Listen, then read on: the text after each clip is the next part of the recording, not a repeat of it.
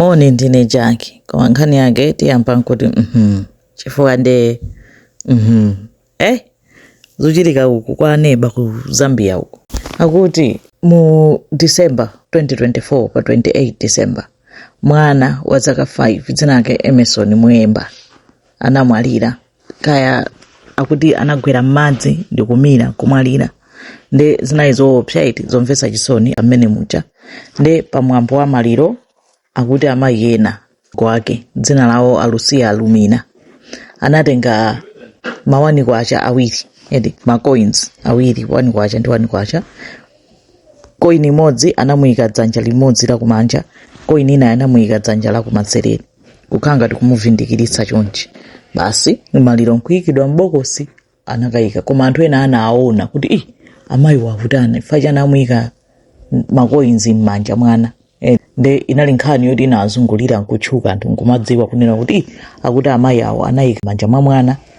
Nde nkhanicha anthu makolo ake atamva inachitutumutsa. Nde anayamba kuvutana ano anthu kunena kuti zikukhala bwanji akuti munayika ndalama m'manja mwa mwana.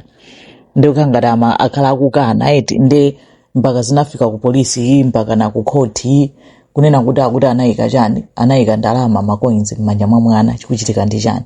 Mpaka na court linagamula kunena kuti akafukule akakumbe manda antulutse mwana aone m'manjamo kunena kuti munayikidwa di ma coins. Nde anapezeka kuti fachoti atalamula ndi court mpaka na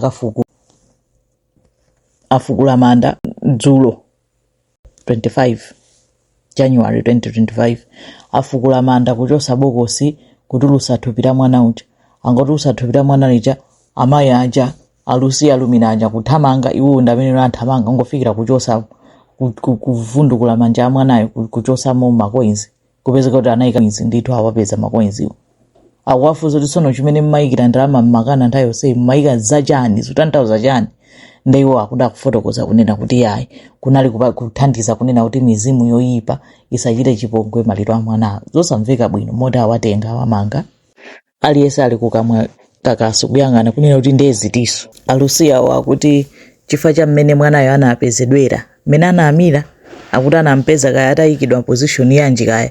Nde iwo anaona kuti panachitika zina zake za matsenga za ufiti. Nde kuti afiti wasabwere kudzapanga zawo kaya kutani nkona anamuyika ndalama m'manja. Sindikudziwa nena kuti iwo anadziwa bwanji kuti ukamuyika munthu ma coins m'manja nde kuti afiti sabwera kaya.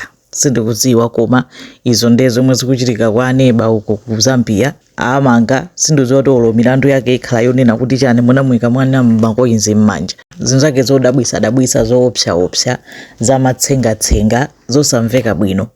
Koma atatenga atachotsamo ma coins iwo ambwezeresa mwana m'bokosi anakamuyika kumanda ena sanamuyikeso pomwepo pomwe anamuyika koyambirirako. Imeneyo nde ya ku Zambia ili mkamwa zikomo kwambiri.